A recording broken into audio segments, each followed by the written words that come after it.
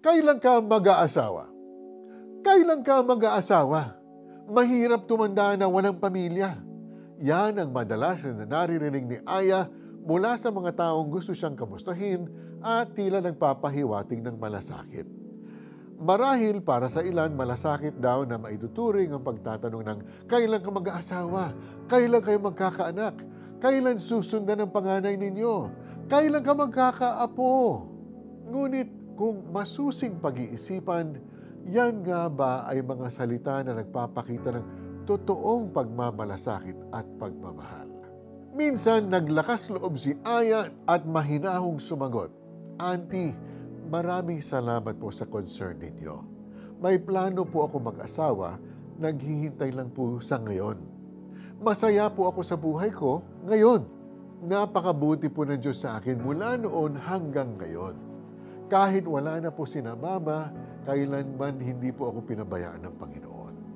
Aya is mindful to be always grateful to the Lord. Bagamat sinabihan siyang mahirap tumanda na walang pamilya, she knows in her heart na kahit praktikal at totoo ang mga salitang yon, hindi siya nag-iisa sa buhay dahil kasama niya ang Panginoon. The Lord gave her amazing opportunities to love and be loved. She is confident that her season will come. While waiting, she's joyfully living her life doing outreaches, helping friends, being a dutiful ninang, and traveling. Sa buhay, maraming bagay pa tayong hinihintay. Hindi natatapos ang tanong na, kailan? Tulad ni Aya, pwede tayong maghintay para sa mga bagay na hinahangad natin habang buong pusong nagtitiwala sa Panginoon. We can always approach life with the truth that Jesus is the only one who makes our waiting season worthwhile.